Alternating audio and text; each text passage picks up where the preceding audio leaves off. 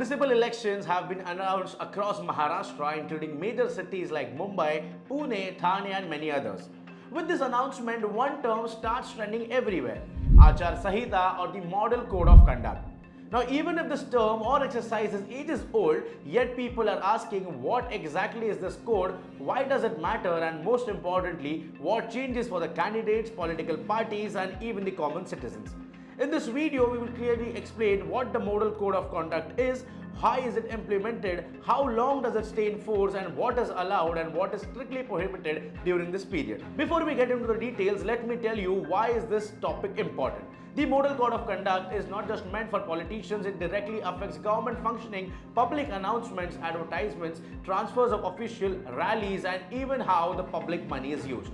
Understanding the code helps citizens know their right and recognize when the rules are being violated. Hello and welcome, I am Gaurang and you are watching Lokmat Times. So let's understand the Model Code of Conduct in a simple way. The State Election Commission of Maharashtra has officially announced elections for all 29 municipal corporations in the state.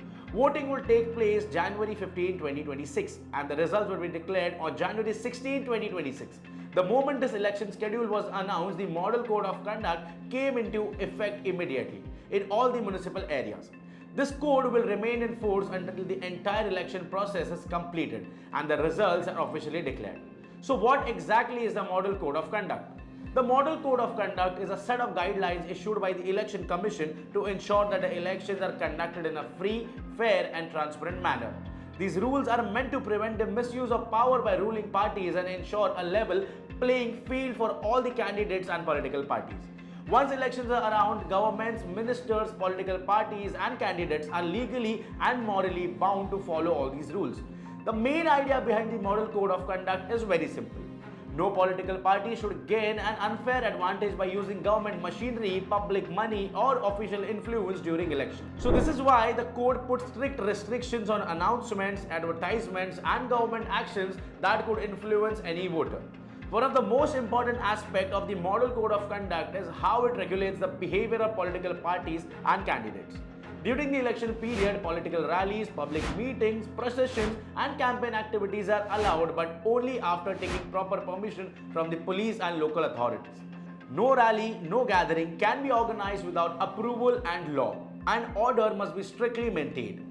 Another major rule is related to the government resources. No political party or any candidate is allowed to use government vehicle, government aircraft or official bungalows or any public property for the election campaigning. Even ministers in power cannot use their official position, staff or facilities to seek votes. Government money cannot be spent on works that are directly or indirectly benefit any political party or candidate. The ruling party faces maximum restrictions under the Model Code of Conduct. And once the code is in force, the government cannot announce any new schemes, launch new projects, lay foundation stones or inaugurate any development work. Even publicity of past achievements using public funds is banned. Hoardings, advertisements and promotional content showcasing the government's performance must be removed if they are funded by the public money. The Model Code of Conduct also strictly regulates advertising in print, electronic and digital media. During the election period, the government cannot publish advertisements highlighting its achievements or policies using the public money. Government-owned buses cannot carry political advertisements even on the back of the tickets. And later, any misuse of government media platforms for political gain is treated as a strict and a serious violation. Another critical rule relates to the government officials and employees. Once the Model Code of Conduct is enforced, transfers and appointments of officers connected directly or indirectly to the election process are completely banned. If any transfer or appointment is absolutely necessary, prior permission from the Election Commission is mandatory. Ministers are also not allowed to call election officials for meetings related to government work during this period. The code also addresses sensitive issues like religion or caste. No political party or candidate is allowed to seek votes in the name of religion, caste, community or language. Any attempt to create divisions or incite emotions on these lines is considered a serious violation and can invite strict action from the Election Commission. However, the Model Code of Conduct does allow exceptions in genuine emergency. In case of natural disasters like floods, droughts, pandemics or any unforeseen crisis, the government can take necessary relief measures. But even in such situations, prior approval from the Election Commission is required to ensure that the relief work is not misused for any political advantage. An important question people often ask is how long the Model Code of Conduct remains active.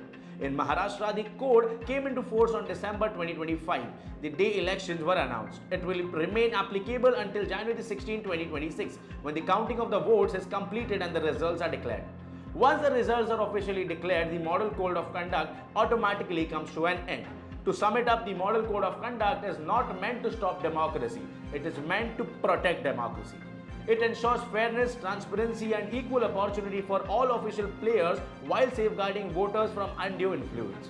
From citizens understanding this code helps in identifying violations and holding authorities accountable.